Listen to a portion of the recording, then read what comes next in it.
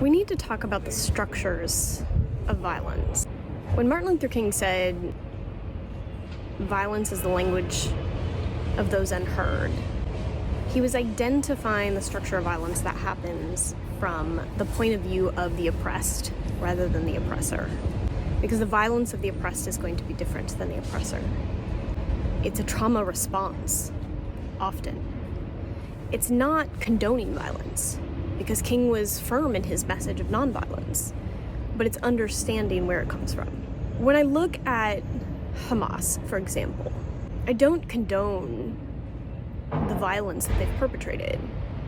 I also know that Hamas was formed long after the Israeli state in 1948, which was supported and provided for by Western colonial ideals.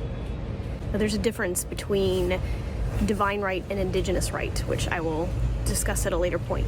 But we have to understand that Hamas forming in the late 1980s, even being supported by Bibi Netanyahu at one point as an opposition to the PLO, do the Palestinians have a right to defend themselves? Do they have a right to say we are done with occupation?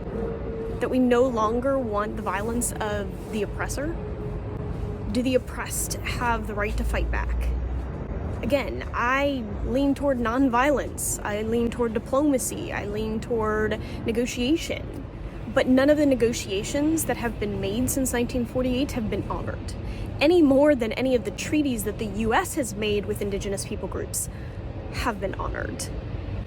Colonizers don't honor their agreements. So, what to do?